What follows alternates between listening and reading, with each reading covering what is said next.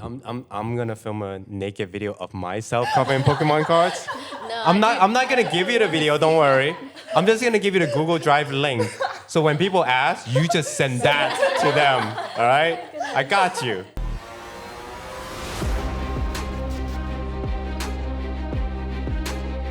Ladies and gentlemen, this is Alan Lee. Welcome to the TCG Table podcast. I am your host, Pokemon Hero TCG, and we got a special treat for you guys today. As you know, here in the TCG Table podcast, we are always trying something new. We're always trying to bring you the best content possible. So, this is why today we have not one, not two, not three, but four special guests with us today. So, without further ado, welcome the Princesses of the SoCal TCG Table. Ladies and gentlemen. Woo! Well, how are you ladies doing? Doing good? Doing good? Nervous? All right, well, don't be nervous. We'll have some fun in the next hours. I'm sure everybody would love to get to know you guys. So, before we get started, I would love for you guys to do a round of intro because I usually talk to the guests, but there's a lot of us here today. So, I'll let you guys introduce yourself. Go for it, free ring, whoever wants to start first. Okay, I will start. Hello, you guys. My name is Anna. I go by PokeAnnaPulls on Instagram, and I go by Anna Shian on TikTok. I make content, ripping packs, going to card shows, and yeah, I just got into the hobby.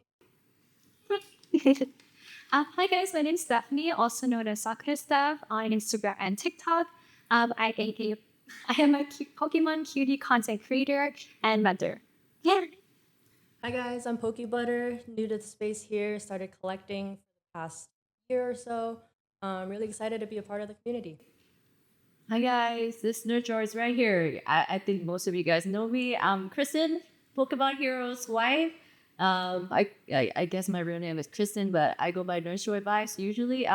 I do a little bit of content, and then I mostly vent along Pokemon Hero here and do behind the scene at TCG Table. So nice meeting you guys. I guess your name is Kristen.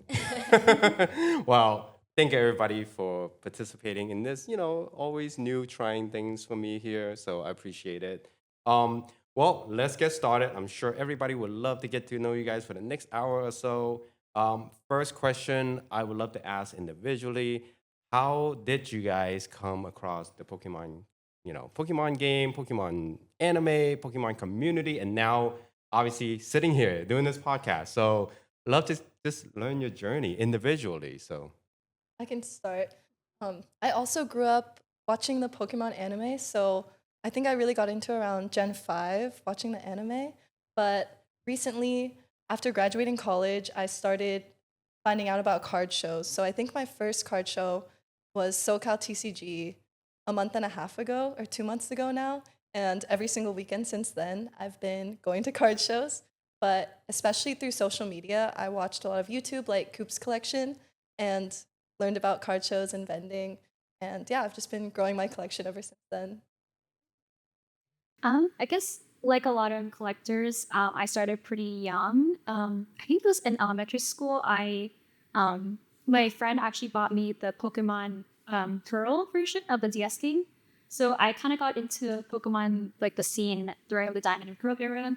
So I played the Pokemon Pro game and I fell in love with it. So then I started playing all the games after that. And it wasn't until I think it was mid Soul Silver Heart Gold that I got introduced to the Pokemon cards because my cousin, he gave me this big like Ziploc bag full of like vintage golds like the base set and just random cards, and I took them home. I didn't even have a binder back then. I just kept them in the Ziploc bag and I sorted them by type with like rubber bands, and I never touched them again. But I still played all the Pokemon games. I played X and Y, what was Alola. And then it wasn't until this past February when I got back into Pokemon cards. It was the Prismatic Evolution release, and I think a lot of people also got into that during then. But it was that Sylveon, the Sylveon SAR that really caught my eye. And then I didn't even know there were so many Sylveon cards even before that. And then I just kept buying them and buying them. And so here I am. I am known for having like the Sylveon page now. And, yeah, I'm still in love with the hobby. Yeah. So my journey with Pokemon, I started off with playing Leaf Green. Leaf Green on the Game Boy Advance SP. Many years later, still playing the Pokemon games, playing, just the different releases that they have. When they released the McDonald's promo back in, I think it was around COVID. That was when we started ripping again and started opening packs. Really started getting back into it. Then it wasn't until this year I was, starting going to card shows with my husband, like Hannah every weekend, spending way too much money. But man, I'm really happy that fulfilling a big part of my childhood, and feels good. Meeting a lot of great people. Really happy that I got to meet you guys, meeting a lot of the vendors, reoccurring faces at the shows. It's been cool. It's been really awesome. For me, my story is a little bit different, guys. I started out being dragged into this whole Pokemon world, like Pokemon Hero right here. You're welcome. I mean, of course, like when I was younger, like high school, my little cousin would watch Pokemon, and I would see him collecting Pokemon cards, but like I never really got into Pokemon. I would watch it, but like not really liking it that much. I did play Magic the Gathering, but I guess was it like beginning of this year when we went to Japan together as a family. Alan and Benny started opening packs in Japan. Of course, she got got pack in Japan. Yeah, she got the got pack in Japan, and we came back home, and then somehow we became a vendor, and literally Yes. went from not wanting to come to show to help him to now really enjoying going to show. Really creating a name for myself.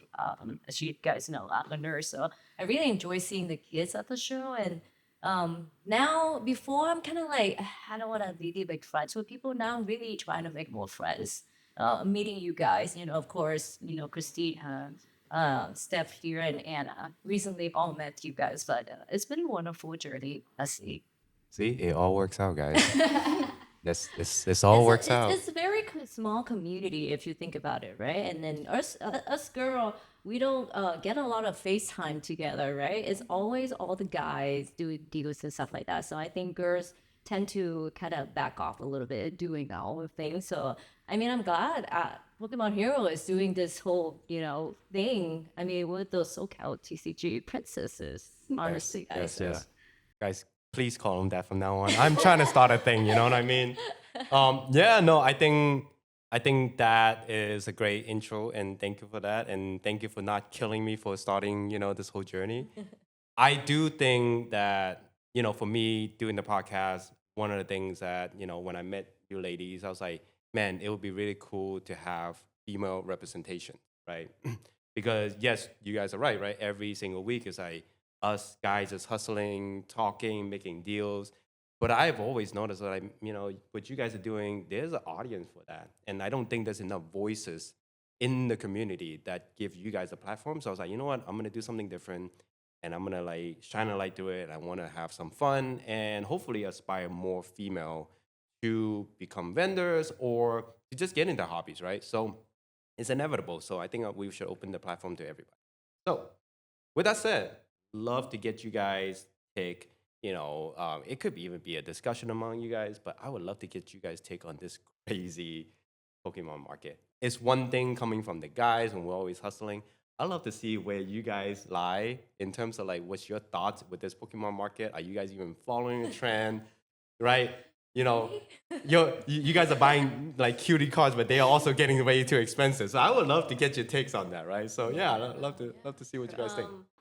Anna, you stream, right? Yeah, so I usually stream on TikTok. A lot of the time, it started off with just ripping packs for fun for my personal collection. But as you said, the Pokemon market is crazy right now. So a lot of the cards that I want are pretty expensive. I realized like going to card shows, I could just buy the cards that I want. I don't have to spend so much money ripping packs anymore. But I do think Yeah, for instance, right now I'm collecting Radiant Collection, which is super cute. They're all so cute, but also going up like crazy. I think getting into the hobby, I was kind of less interested in like the stock kind of aspect of it. Like, oh, this Poncho Pikachu will go to 6K. And I was like, oh, but this bulk card, this is Sprigatito, it's so cute. So I think just caring about the cuteness and collecting what you like is really important. Right. So when you rip packs on stream, what do you notice? Like, what do people actually buy to rips usually?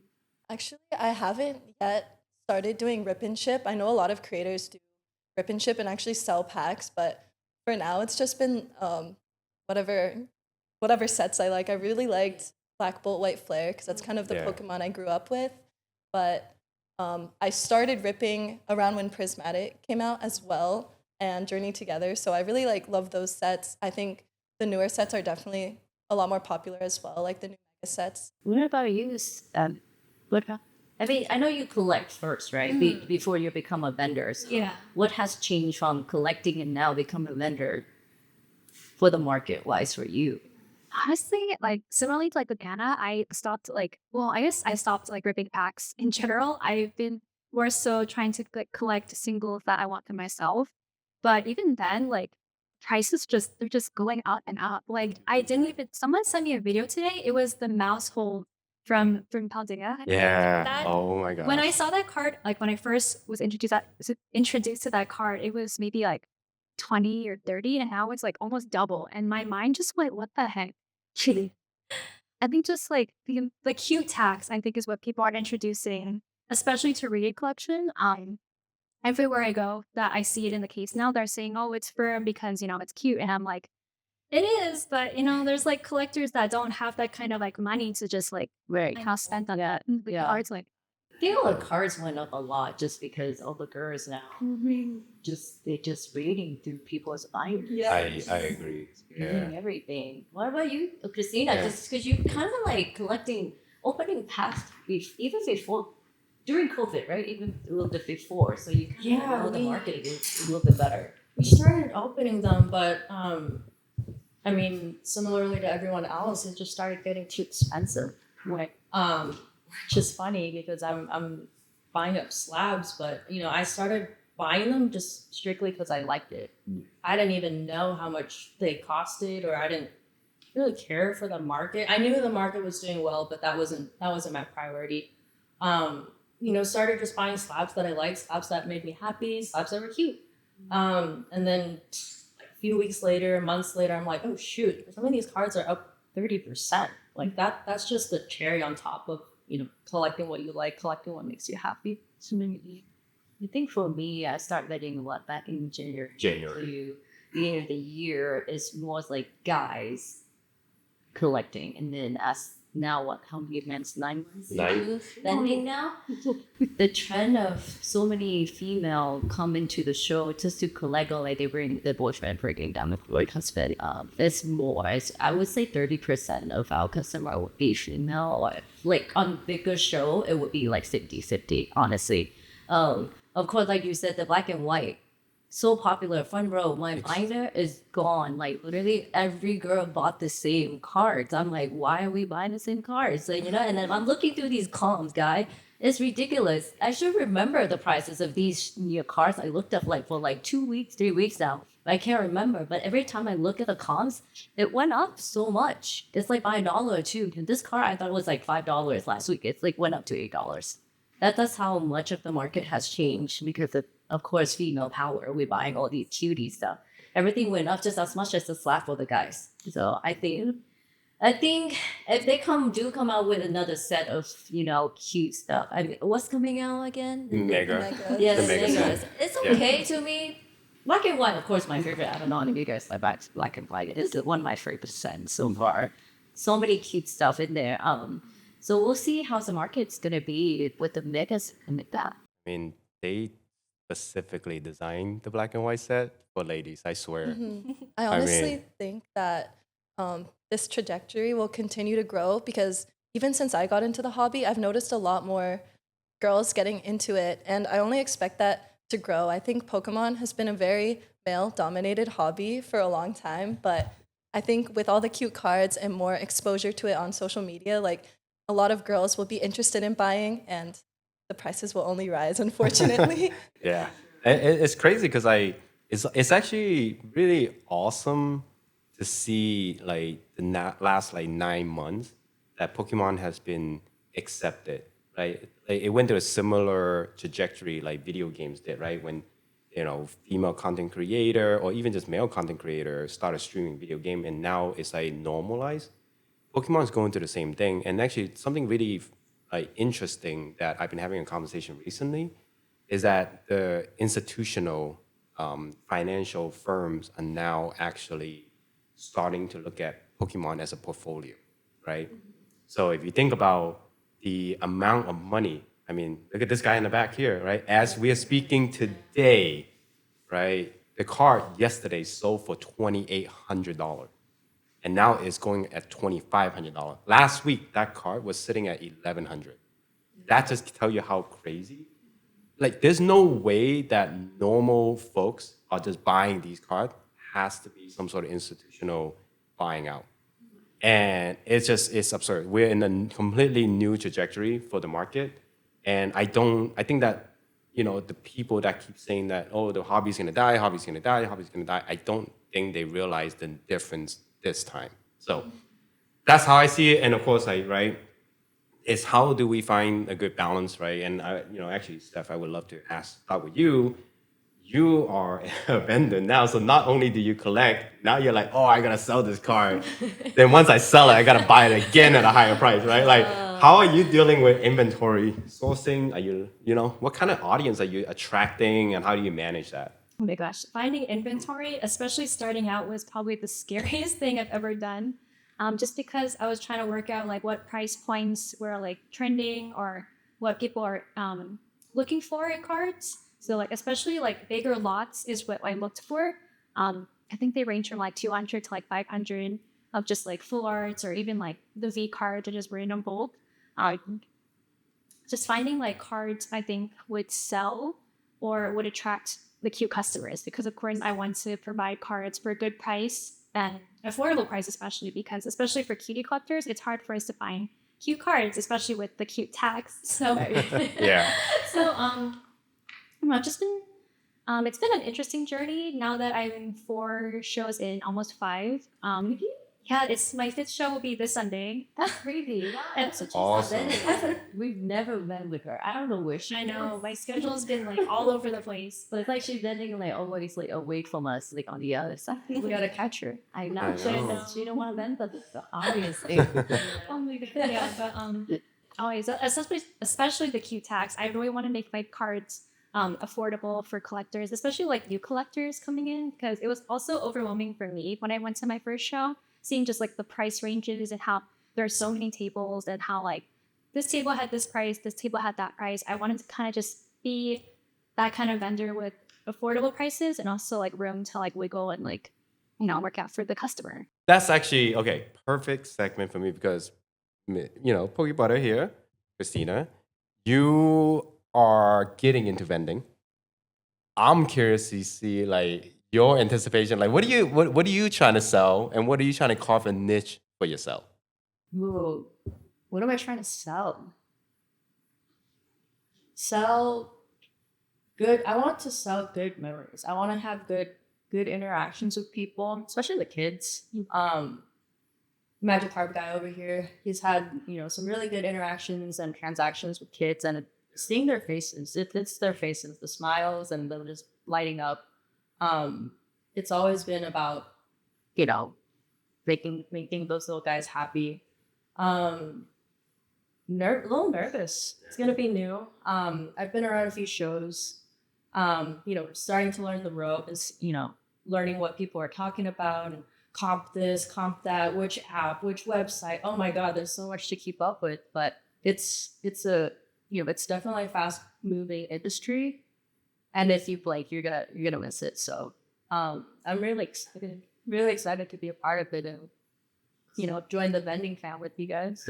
Yeah, no, that's awesome. I mean, I would normally tell the story, but we'll get to Nurse Joy right now. I'll let her tell the story of how we actually started vending. And I think coming from her perspective, I think it'll be better than me just regurgitating the same thing. How did So. we start running? You don't remember? I don't remember. I just remember we coming back home from Japan, and then Toronto Festival Yep. was what happening at that time. It's equivalent to tonight. Is that am I correct? Yeah. Sorry, guys. I don't know Pokemon like that. She's a fraud. I'm a fraud. Obviously, I try my best to learn. I'm still learning. So do we all. Forgive me.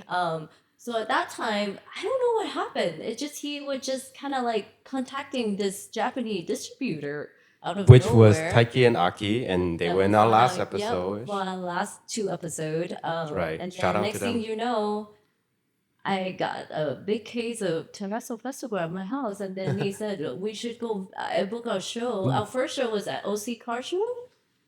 No, guys, she No. she totally like No? just making up memories now. Am But I I'll let her making finish. up memory? I'll let you was finish. it? No. What did we do? No. Actually, guys, No. I forgot. We were streamers. No. No?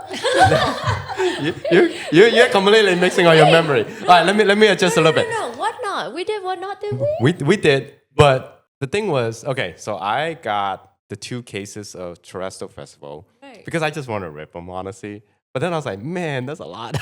So at the time, you can still buy Japanese affordable, right? Right. So they came, and I was like, oh, let me try this like whatnot platform, you Right. know, just to see. And we did some and I had bought some other product from the shelf when you can kind Buy of it, still yeah. buy at the time. At the right hours, it wasn't like waiting in line or crazy anything like that. So I got some American products. So I was just like, you know what, let's try out this platform. And then you one day were like, hey, there's like some brand new car show, OC car show that's starting up. Do you want to go sell? So you were actually, was it me? you were actually the one to don't tell me to go. remember. You were totally No, you're I like, literally took out like the whatnot. So we did whatnot for a little bit, and we just realized we're not made for. Yeah, I'm We're not too old. Sorry, streamers. guys. It's just like we so awkward. Like we prefer face to face selling. I actually don't remember that at all. Was it me Yeah, and yeah, my idea? yeah. Like, was I crazy? no, you totally like, hey, Yeah. go sell these things and make money. Yeah. So we did the first show, and then I did not Yeah. know what I was doing at that time. We only did sell CO product Neither did I. at that time.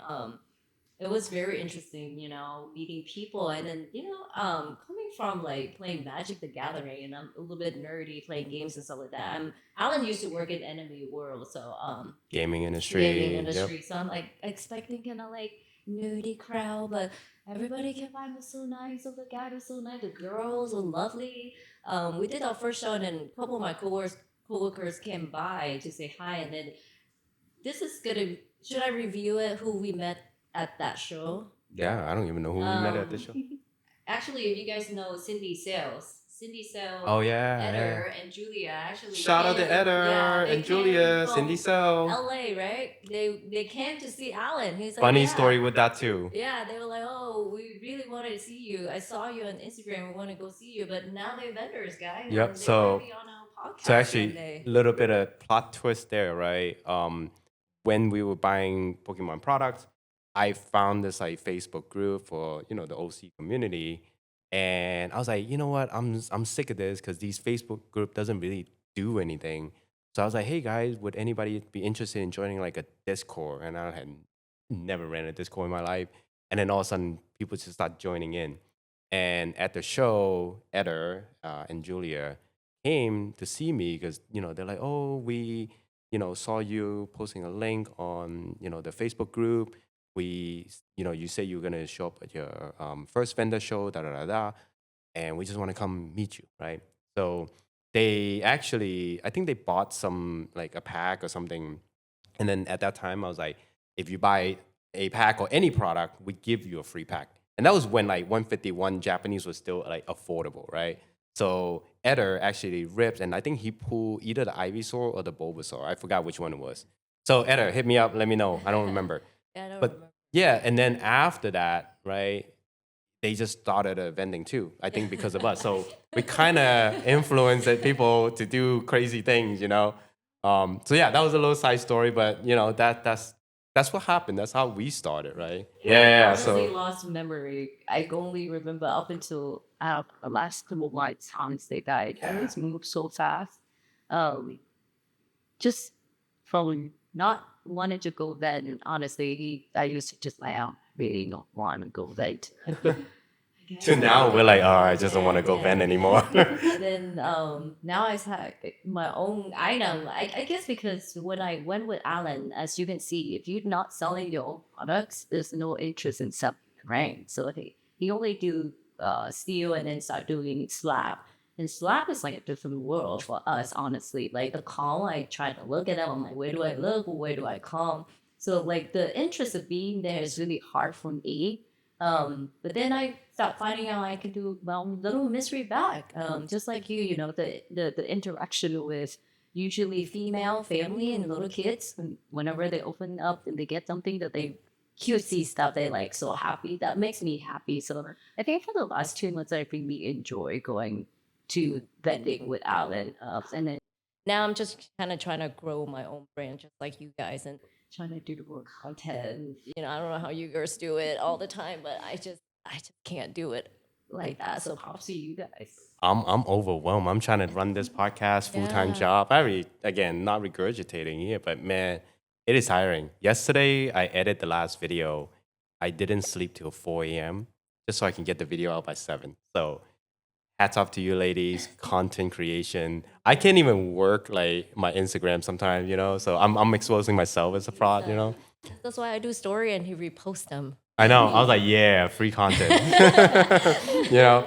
So, but yeah, I mean, I think that's really cool. Just last tidbits here. Since you did, vent the longest, right, amongst the ladies, what are some of your tips and tricks and things that you might want to like share, for them because they are getting started, or for Sakura or even Anna. Tips and tricks from what I find is you really have to go to every single show or kind of focus as much show as you can from the beginning, and then just kind of weed yourself out of whichever show you want to do. So we started out doing a lot of show, and then now we just really kind of concentrate to which show actually speak to us, and then where we actually enjoy vending. I actually really love to see different people with different scenery and eating different vendors. So now, as you guys know, we start vending outside of SoCal a lot. Our first show with last month was in Bay Area. Met a lot of people. Really fun. I think if you guys have a chance to, travel outside and will meet great people and fun something, people do think differently a different area, how they calm things. How they greet people. You kind of learn that like, wow, it's kind of weird that people do this here. So it's like that. Honestly, it's good tiring. This day, I'm just like, man, why didn't I book myself? You're just gonna have to like prep yourself, huh? You work full time, right? So yeah, so and then you go to school full time, and you also do all your streaming on. So everybody's very busy. So just kind of apply time schedule to kind of self-care and do everything else. You get tired, and this day I'm just like, I don't start working until you guys. And for the show, I always know that 8 o'clock I check in, 9 o'clock doors open 9, usually 10. 12 o'clock is when I start working. Before that, I don't work at all. I just kind of hang out. I try to get myself prepped a little bit. It's going to be harder for you, Sakura.Steph, because you work by yourself, so you kind of have to the face of your brand, right? I don't know if you want to then at some point. I'm actually going to a show this weekend. I'm helping out I'm Baby Poke. You guys know Nat. So I'll be helping her out at her booth. But Nice. I don't have any inventory yet to start vending myself. But I also helped out Card Labs a couple shows ago. I think he was a guest on this podcast as well. But it's definitely something I'm interested in. But recently I've just been collecting for my personal collection. So I think building up inventory is definitely the scariest part. But I'm definitely not opposed to it. Yeah, one day maybe I might evolve into rip and ship and then vending one day. But right now, just keeping it as a hobby. So just a little bit of tidbits here too, right? Because I, for you ladies, my journey again started with product Japanese too, right? Because I was gonna do e-commerce, all of that. Then I transitioned into more English product because it was just more scarce, right? And it was harder to get. And then Japanese price was rising. So at some point, people look at that dichotomy was like, well, Japanese cards aren't as expensive, but I'm paying the premium for it. I should just get English product because it's just basically a lottery ticket at that point. So I noticed a shift. So I went in heavily, into English steel product. And then at some point I'm like, there's no way I can keep up with this like lack of product in the market. So talked to Mr. Moss, shout out to Mr. Moss as usual. He was just like, why don't you just, take your inventory to start doing, slabs and all of that. And I was like, okay. So I took a lot of my steel product at the time because it was desirable and I traded them into either singles or slabs in, kind of in my favor because I got it at, retail prices. So I was able to utilize that to kind of create, a list of inventory for myself without spending a ton of capital, right? But it's still very limited. But I just thought, doing transaction here and there, find opportunities. And then from there, next thing you know, like 9 months into it, and people are like, man, you came up like really well in 9 months. And these are people like I looked up to, right? Like, a couple of the guests in the previous show, I talked to them and they see my growth. So absolutely have no doubt that you guys are going to be able to find your footing, right? And, just really finding opportunities.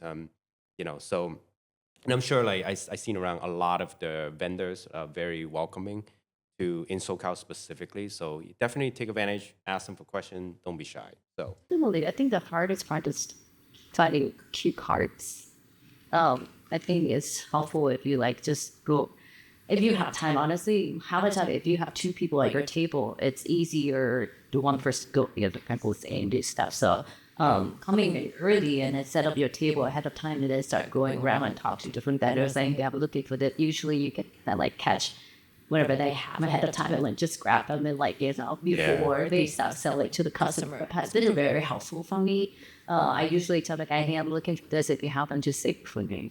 also don't be like afraid to, buy like a lot because then you typically get a better discount. And then you can always sell, right? The ones that you don't want, that you back out to other vendors who might want them at either at cost, right? Or maybe even make a little premium. So then you can kind of weave out what you want. I mean, a little hidden inside tips here, right?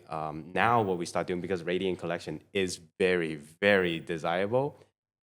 Anytime somebody would come to our booth, picks a Radiant Collection up, I'm immediately like, okay, thank you for the transaction. Go right to another table, like, let me get that for this price, right? Because I just calmed it, right? I'm like grabbing it right back up and it's like right back on it.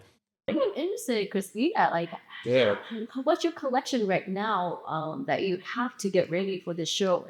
I know you're going to be vending with your husband together at under one name or separate name. think we are still deciding, but we're leaning towards just one entity. We're gonna be under the Magic Card guy because I think that's what people mostly recognize him for, and when they see his videos or even just from show after show, people are like, "Hey, nice hat." So that's been a piece of the branding that we've been trying to grow, and then obviously with Poke Butter, I started earlier this month and just trying to grow. Girl, I don't know. So you're killing it. Thank you. I'm trying to bring all of you guys with me. We're all gonna grow together. So my dream is Bring me with you. The one that doesn't do anything. Hey, I need the group, okay? That's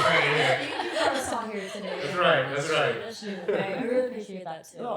Thank you for creating this space for us to be able to talk about our experiences and especially experiences as ladies. I think we're gonna take over. I think we're gonna take over the Pokemon market. Yeah, I think before princesses, because Alan first make the group chat. It said the Princess of SoCal TCG. I was like, who's the princess? Alan. just one princess.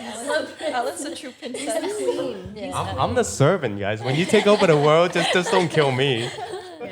So collection wise, so you guys been Just go to show and slowly. Are you guys doing single slab or both, or what's your game plan? I think the market is shifting a bit from slabs to singles.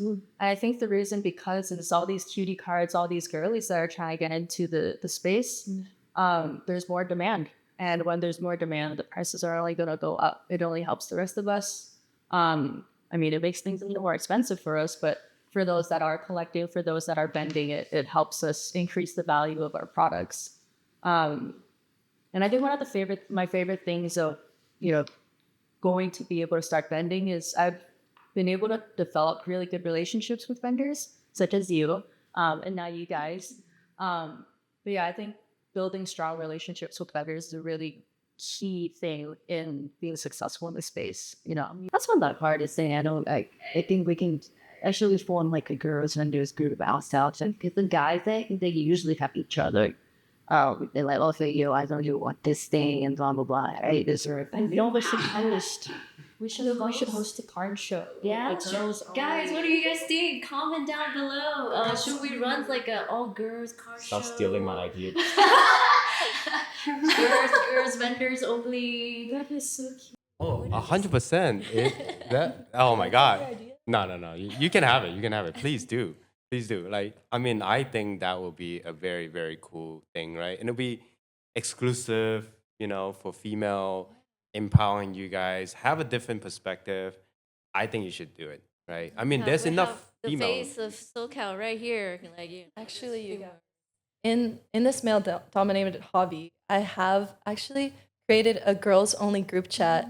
Some of my followers, they're like, "Oh, that's like rude that you're not letting guys in." But I'm like, most of the hobby has been male dominated, so in this girls only like group chat, it's like a safe place for all of us to support each other, uplift each other.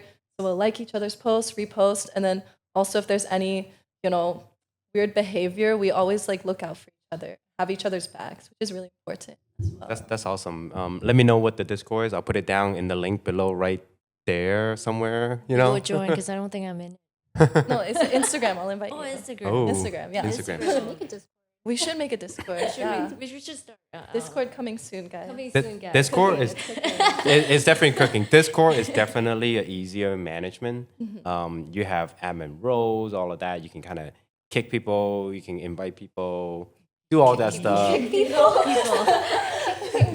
Yeah. So I definitely suggest it because I ran my own Discord group. I'm also part of like other Instagram group chats before. Group chats get so chaotic.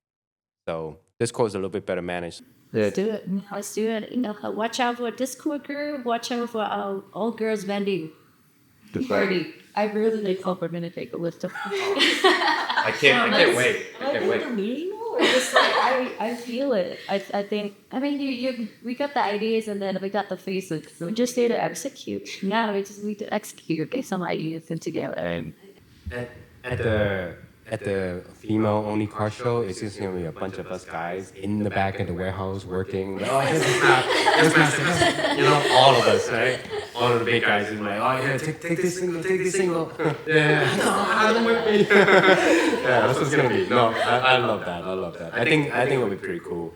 I do think like for you guys to have an audience, I think is very important. As I kind of mentioned in the theme of this episode, is there's enough guys, enough hustling.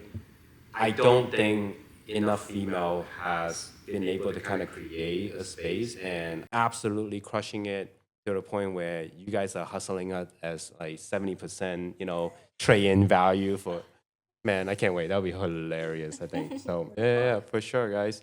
I know. Anybody want to sponsor our all girls vendor party? Let us know. You can contact us, please. We're looking for sponsors. Lots of sponsors. I'm gonna create an email account for you guys right after this. It's gonna be like the Princesses of SoCal TCG at gmail.com. Free version only, guys. Sorry. But speaking of online, right? So I'm gonna jump over to you a little bit.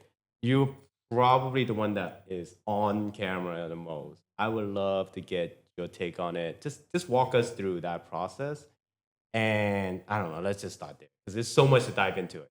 Yeah. So actually, before I started getting into Pokemon, I would just post on TikTok fun videos with my friends, lip syncing, dancing, like regular TikTok stuff. But slowly I started ripping packs and I noticed that there was a pretty huge community online that was interested in what I was pulling, what I was ripping.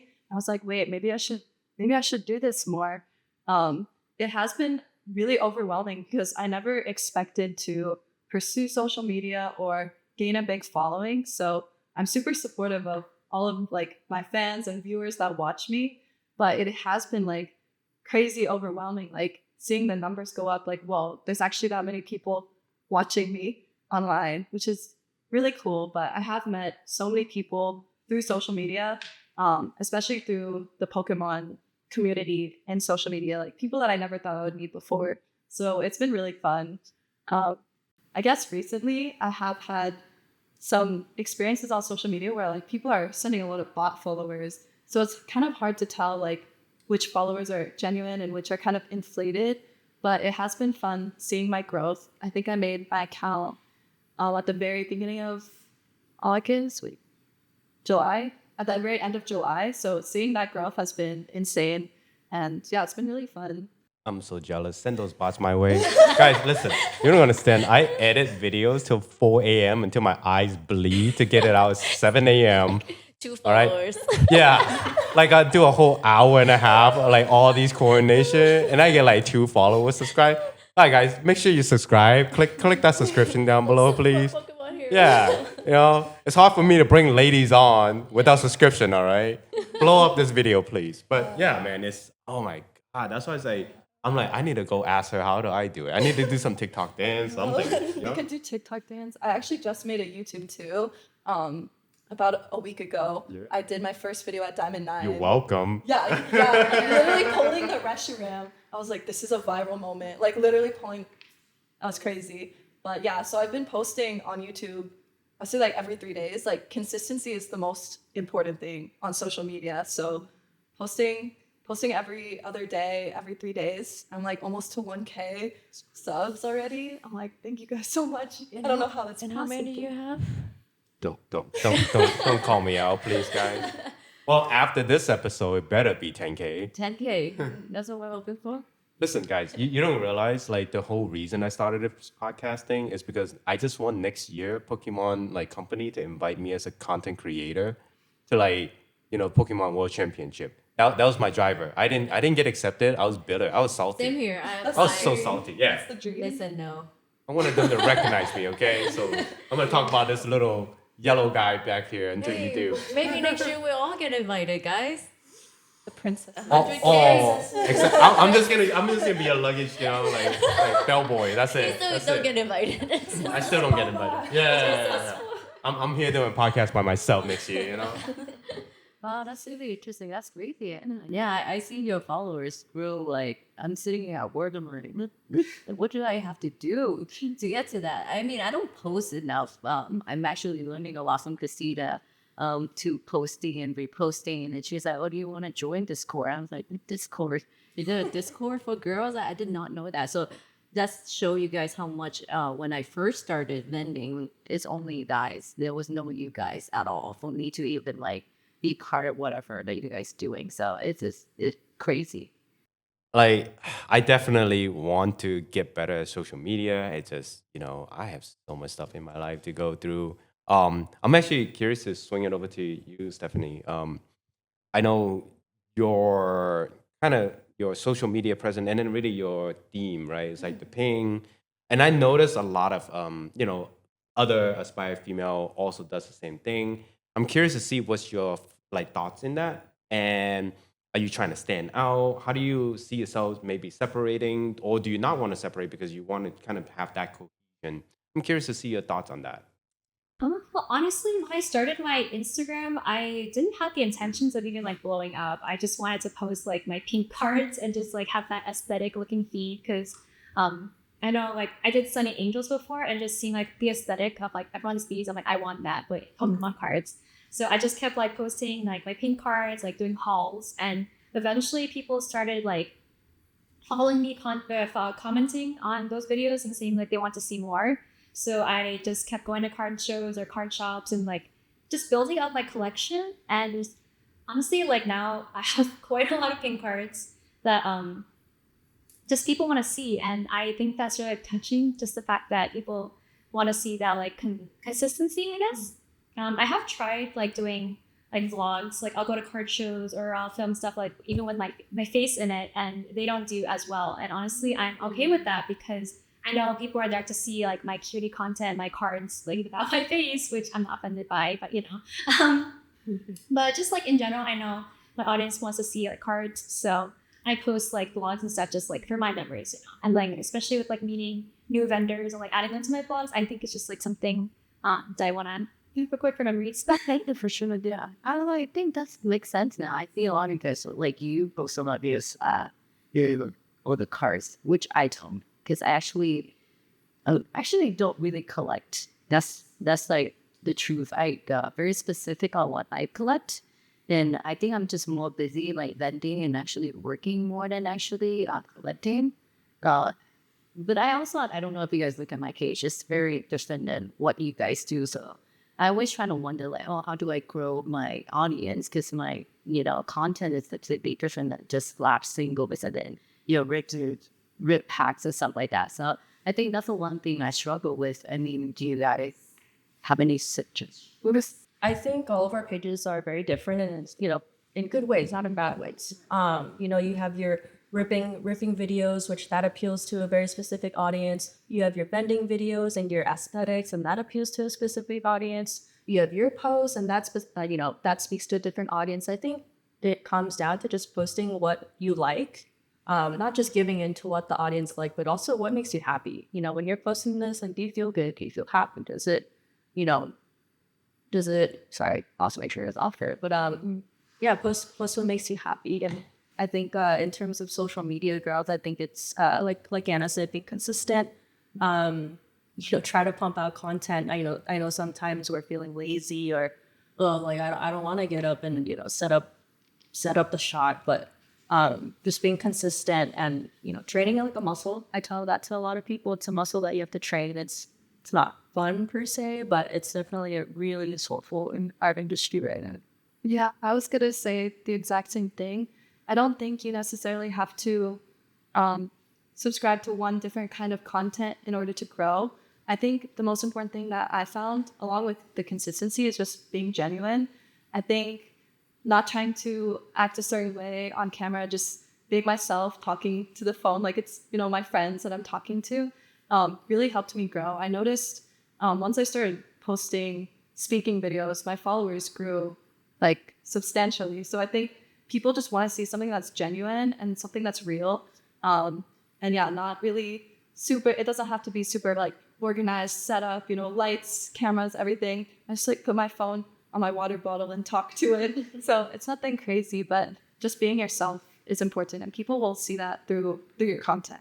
Man, I'm doing this all wrong. I'm here all proper, set up, video camera, 3 cameras, editing. Yeah, authenticity doesn't really way. They like people aside from the Pokemon cards. What's the next layer? Like it's behind the creator. Like when people kind of relate to you, because we're all just people. I think when people can relate to you, or, oh, like I think that's cute too, or I think this thing is funny too.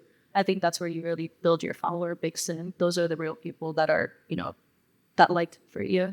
I think one thing that you just said, which was talk to like your phone, like it's your friend. Actually, somebody said that to me when I was asking for advice about how to start, because I am so awkward with my phone. I'm like, when I did whatnot, I'm like, I don't know who am I talking to, I'm like, just these people, they're not even responding because I'm a guy. Dang it, Oh, so I'm like, I need some tips and tricks. So, the person I talked to, actually, shout out to Miss Shizuka Anderson, not part of the Pokemon world, but she's a great content creator for Japan by Food. We actually met her. We hung out with her. Super cool. So shout out to you. Ever watch it? But yeah, she actually gave me some advice. She's like, just talk to your phone or whatever, your camera, like you're talking to a friend, and like you're explaining things to your friend. And I'm like, oh, cool. So that was kind of the thing that I've always caught on. That was kind of tips and tricks. So for viewers, aspiring vendors or aspiring content creator, do that, try that, and practice every day, and just talk to it like, sometimes even I heard tips and tricks like instead of typing or texting, use like the voice feature and trying to like talk through it and just train yourself. So here I am, amateur. We should just all ask Anna. I know. I guess a lot of people are afraid of showing their faces or speaking like voiceover, which is completely understandable. I think it's definitely like kind of a hurdle that I also had to get over through TikTok live streaming. Actually, I think it's when I realized like I'm talking to my phone, but there's people on the other side. I have like a very active chat when I stream, so it's more like a conversation. It's like a dialogue. It's not like I'm just giving a speech. It's like interacting with my viewers as well is really important. But yeah, I guess like it has been really cool because at the end of the day, like when you're making content, people are like, oh, you have like 100 viewers or you have 1,000 viewers. But for me, it's not really about the numbers. It's like these are real people on the other side of the screen that you're connecting with. And I think that's the most important part. Sometimes people forget it's like we want to connect with our audience. They're real people, So talk to them like they're your fans, they're your viewers. They want to support you as well. Okay, that's pretty cool. So as you guys know, this is the hottest, the most controversial TCG podcast. So we're gonna get to the spicy stuff, right? We're gonna throw the a little softball too, but I think what I want to get to now is obviously we talked a lot of positive experience. I am curious to kind of go around the room. I'm sure there's some either online or in-person negativity. Share some experience so that these audience know how to act, guys. You know what I mean? Yeah, I would love to just kind of go around the room, share maybe some of the less stellar experience you have, or maybe some of the stereotype. I'm sure there are. I would love to hear it because we have to break the stereotype. I think that's what I'm really trying to drive in this episode. So yeah, love to give you guys a room to kind of talk to it. Justina, I think you should go first because you actually don't vet or actually be out there yet. It's like I know you only met us online and officially meeting all of us here. How does it make you feel? Does yours, perspective about us change? What do you think about like the girls online and actually in person? Yeah, I've heard stories of people in our community coming across some fake people, I guess. People that aren't as authentic as we'd like them to be. Maybe try to take advantage of you. So, luckily that hasn't happened to me yet. Unfortunately to some other friends, but I think what I am probably going to be most cognizant about, becoming a vendor, becoming a female vendor is being confident, stand your ground. We know our stuff. Don't let people walk over you. Don't let anyone, make you feel like you're less than. Or all of the vendors that I'm friends with, I've had good experiences with. There's only maybe been one vendor that I had a bad experience with, but I don't even know their name. I was trying to buy a slab, and I noticed that the price was a little lower than what it should have been. When I was trying to buy the card, he checked the comps. And then when he was done checking the comps, he just took the card back and didn't say anything to me. And I was like, hello? Like, can I still buy it? And he's like, no. And I was like, what's going on? Like, what? Hello? Why? And he's like, I'm not selling this right now. My employee marked this wrong.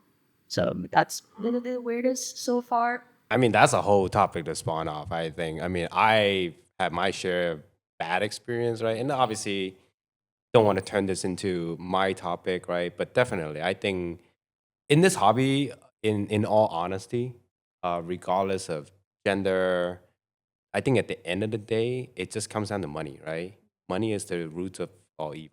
That's just the truth. And when you can make money by taking advantage of somebody, it's bound to happen. So that's kind of in general consent. But yeah, I'll give the floor back to you guys.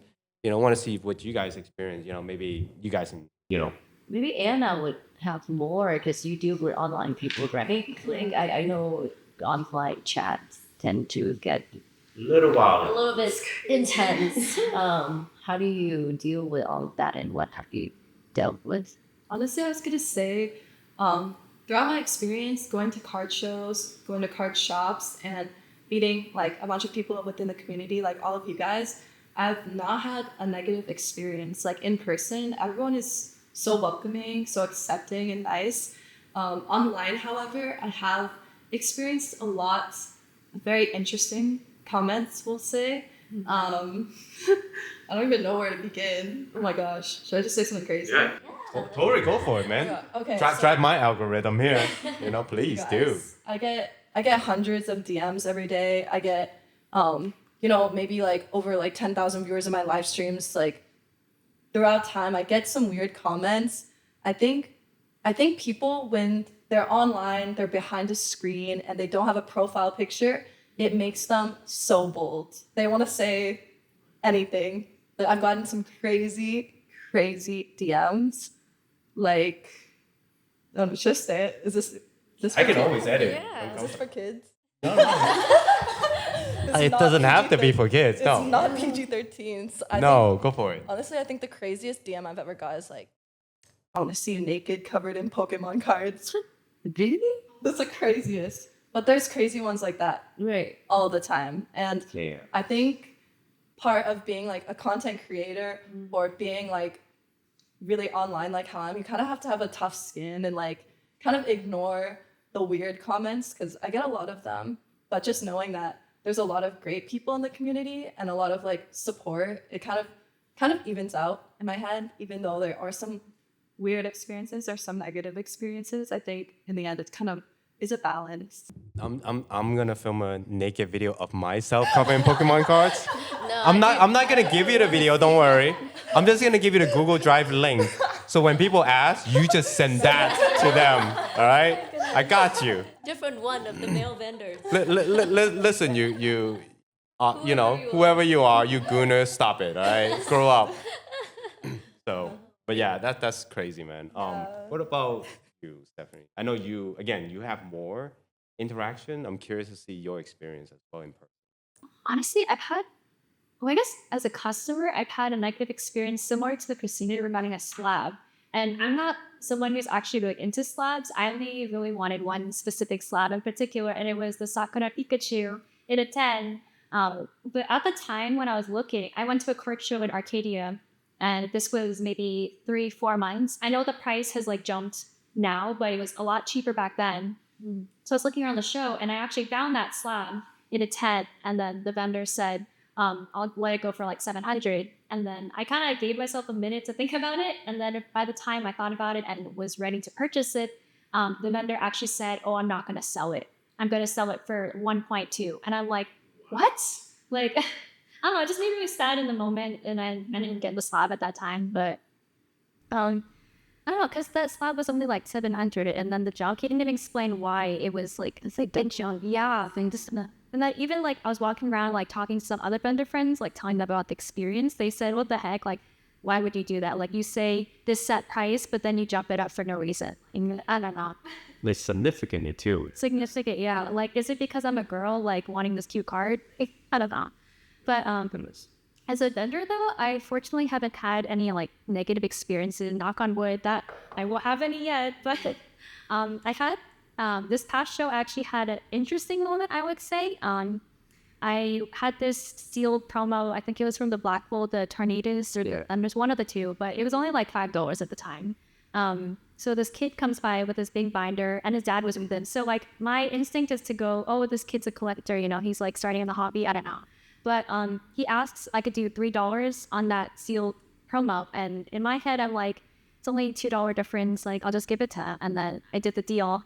And then I kid you not, I hear his dad like whisper to his ear, his kid's ear, like, go work your match. And I was like, I cooked her. Yeah, so then the kid goes to the table next to mine and he asks them if they're interested in this card. And in my head, I'm like, did I just get hustled by a kid?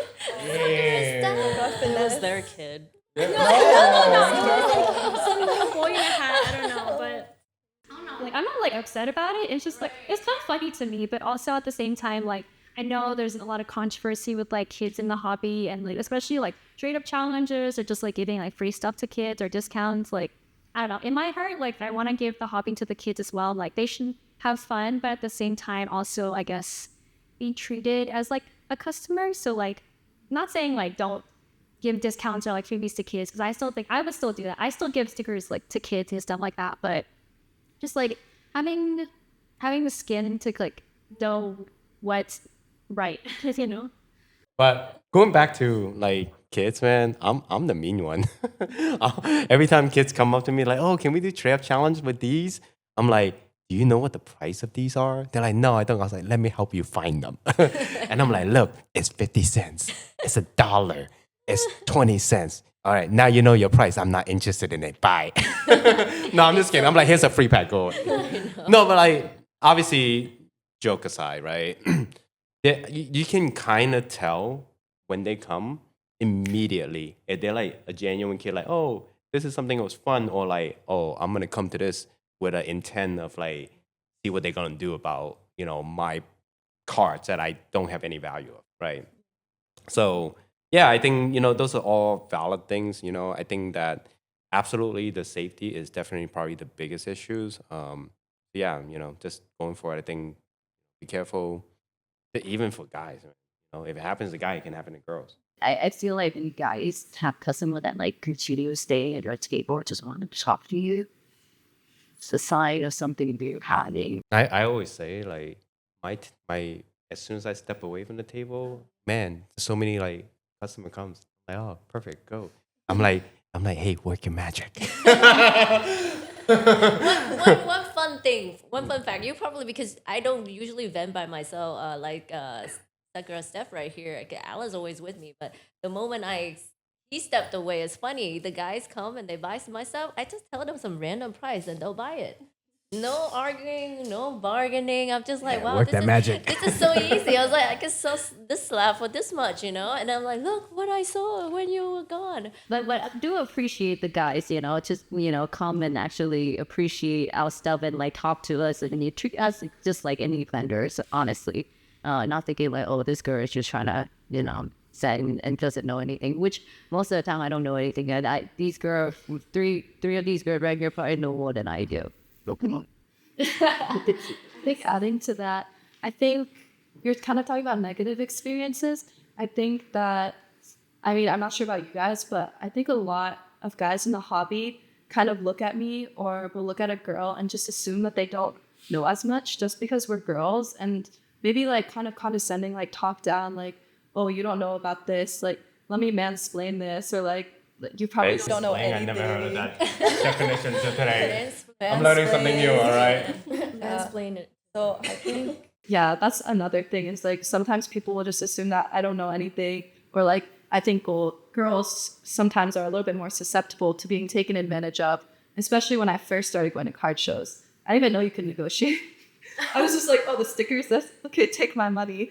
But now I think learning more, going to more shows, have like gained a lot more knowledge. But yeah, definitely being a girl, people will just be like, oh yeah, you probably don't know anything. Now we know how to comp, and now we know how to bargain, and pay 80% on things, go down.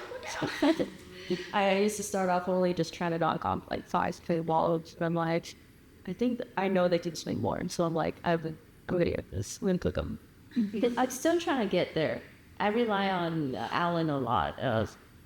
Fortunately, I guess, unfortunately, on top of that, like, if I see the car, I think I know, like, 35, I'm like, maybe 30 would be good. But then I'm like, can you go ask me if it can do 30 for me? I'm still trying to work my way. I don't know. I just feel bad, like, trying to negotiate, which he does a great job just because he's deal with custom core. I'm still learning, so I think I have to be a little bit better. I think just generally, like, with getting more followers, you're bound to get more haters because there's more people viewing your profile. And at the end of the day, it's impossible to make every single person like you. Mm-hmm. Like, honestly, I don't expect that every single person that watches my videos and comes across would be like, oh my gosh, and a number one.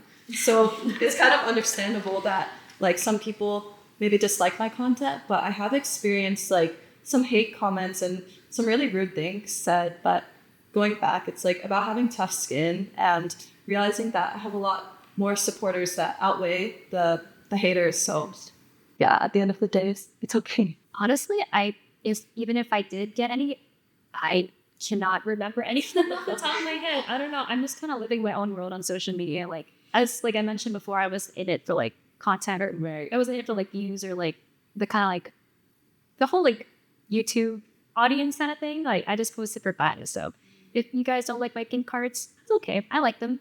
Your hater is like a colorblind person. Oh, what color is this? I mean, green card. Why is she all green, man? What's up with that? But you know, the funny thing is when Alan started this podcast, I was like, oh, get ready for all the negative comments, because YouTube, I feel like it's a scary word too. Alan, somebody commented on, Alan, whoever you are, why are you so mean? They commented and said, the host has a big forehead. I was like, oh no, you're first. Oh yeah, no, I'm like, bring it on. I don't really care. See, my rule, right? So I deleted a comment not because like it bothers me. I deleted a comment because it has nothing to do with TCG. Like, if you give me a negative comment about the TCG or what the content is, I'm like, great, we'll have a debate. Talk about my forehead, great, I have a big forehead. I'll say it right now, right? I don't really care.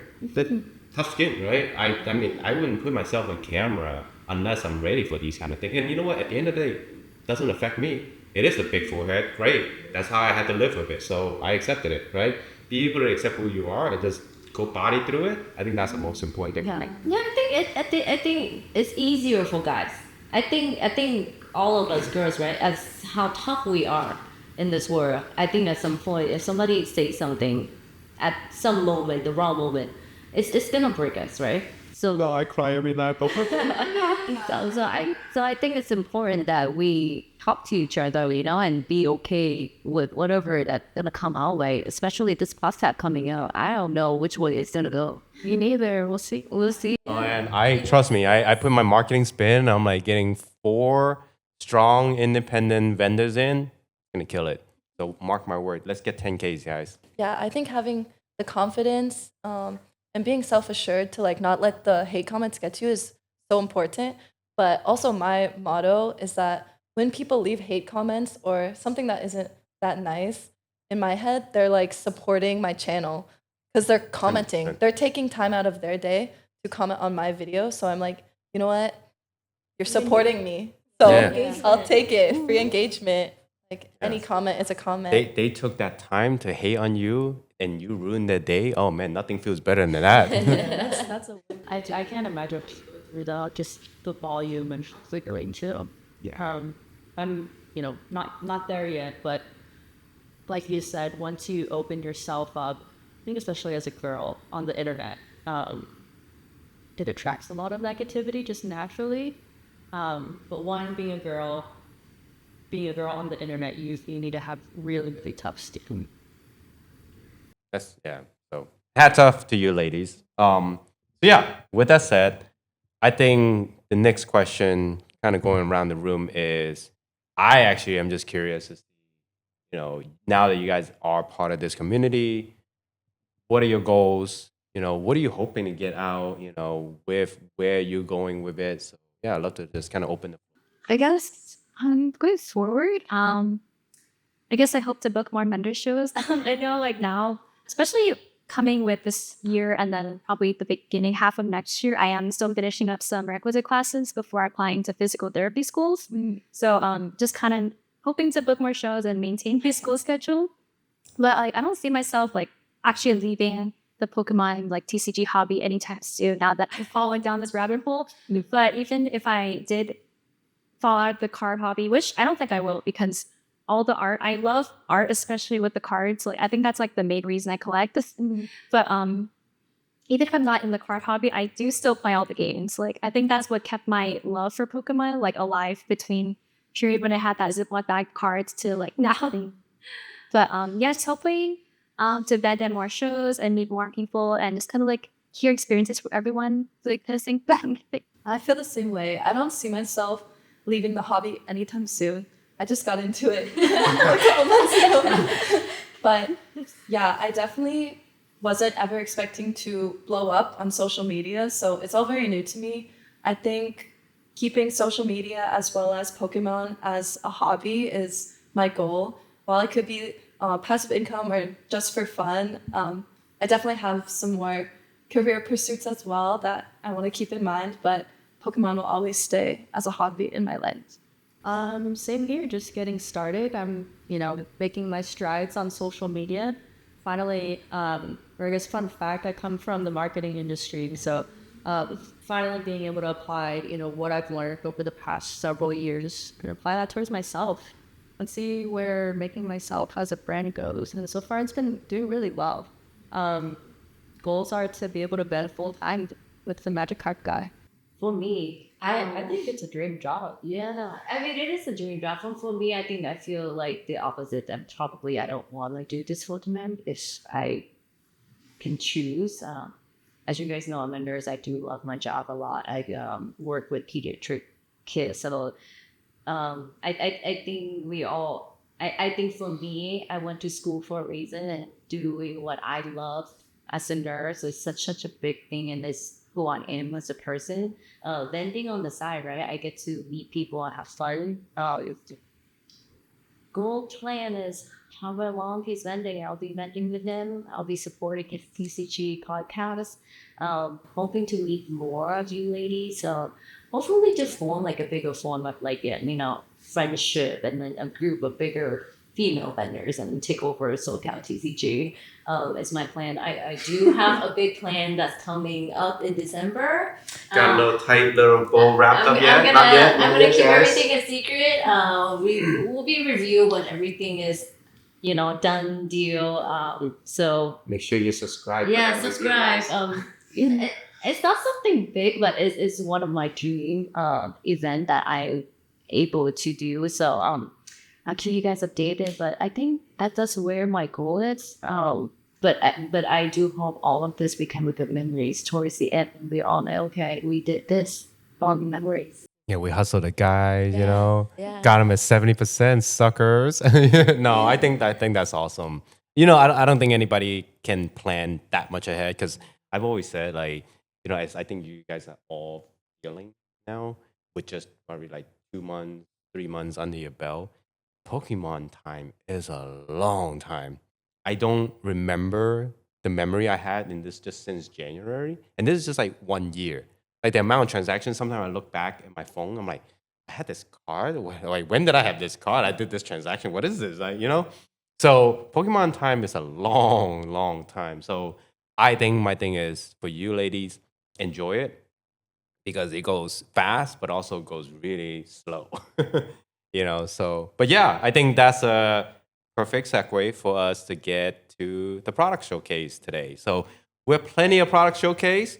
I think I can go first, and I'll leave you guys the floor for going last. So let me go and demonstrate. And I picked this one out specifically with the ladies' agreement, because I had 2 cards, but I think this one is more appealing. So this is the new Black Bolt White Flare Victini illustration collection, the promo. I actually graded this, came back at 10. My first box of that experience, opened it, pulled it, looked at it, graded 10. So I think I picked this specific one for this episode is because look at this freaking card. It is cute. Beautiful. It is So beautiful. cute. I really like it. So Yeah, I mean, I know Victini wasn't traditionally like a popular character, but I think with how much like Victini has been featured lately, I think people started warming up to it, and this illustration just so freaking cute, So at first, I think we all thought that you can pull this inside a pack, so it wasn't as significant, but now it becomes a promo. I think I'm just gonna PC this for like 5-10 years, and then it'll be like the next greatest thing since sliced bread. But yeah, I think the art itself is really pretty. So I really like this. So, good thing that I graded it, so I don't have to worry about like margin and all that. But yeah, this card is going crazy in the market, guys. I think the first card sold was 600 and now it's 680. Just a slap. Because it's pretty hard to grade. I don't know if you guys seen, you saw I bought the whole box just to open them, like, oh my God, another dud, right? But thank God I made my money back on that. But yeah, it's a pretty hard card to grade right now. So, but yeah, that's my showcase. So, love it, yeah. And I never got this much support. Yeah. So anyway, yeah, you guys can, Whoever can go first.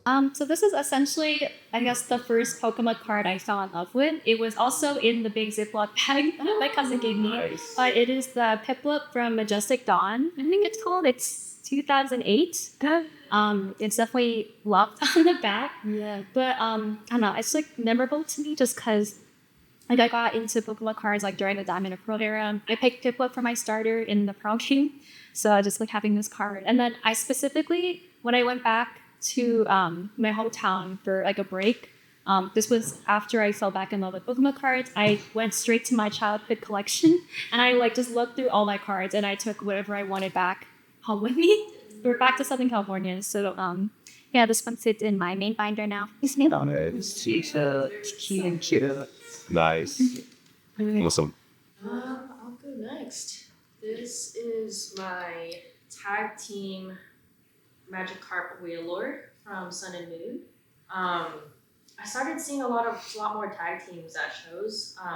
Those have been more popular. Absolutely.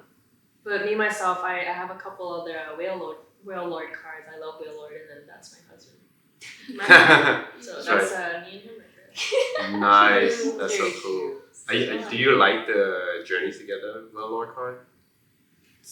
The purple one, right? The blue. It's like he's like under. Yeah, rock. like vertical. It's like yeah. The vertical one. I have Yeah. that one in the. I think I brought it. I'm a big fan of that card. I keep saying that card is gonna be like so expensive Maybe eventually. pick it up. Yeah. So cool. I didn't believe in the Wailord. Oh, 100%. Yeah, I posted that story. That guy has so many slot of Wailords. You guys see, it was just like so many over like 30. That's crazy. These are really good. Wow.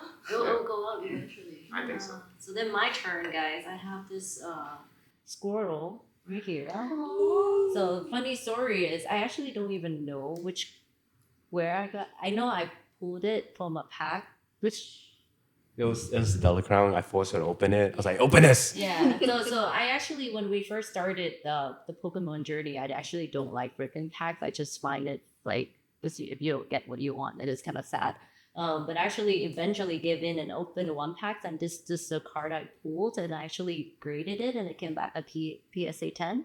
So I guess beginning my journey of Pokemon with this card. So I don't know what this card's going to.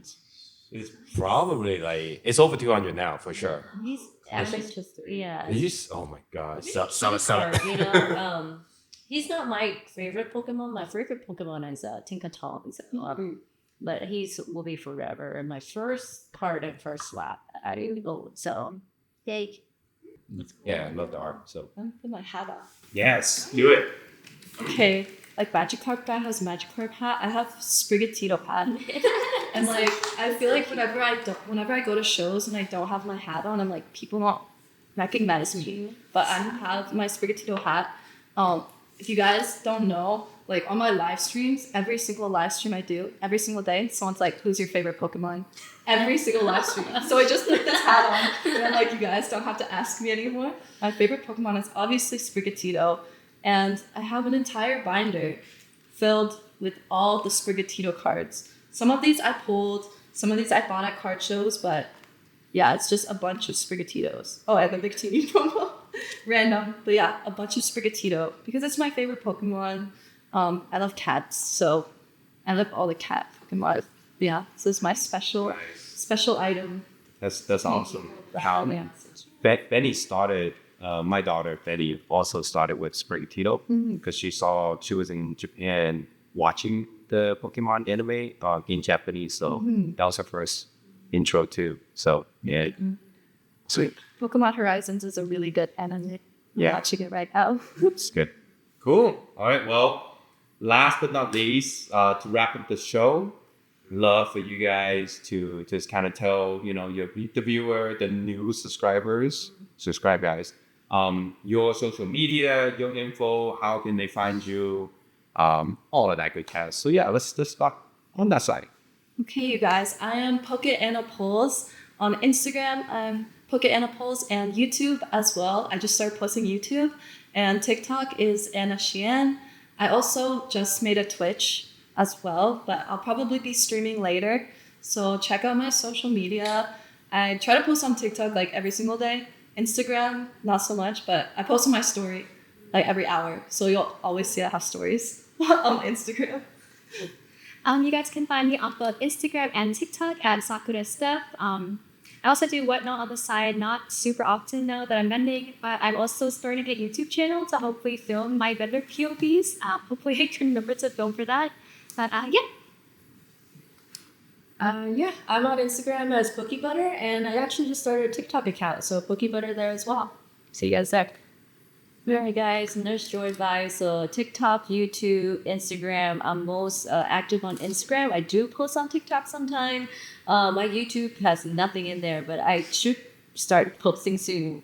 My first video. Maybe I don't have a lot of POV, but do follow me. I don't have lots of cards to show, but I do have really fun videos and content.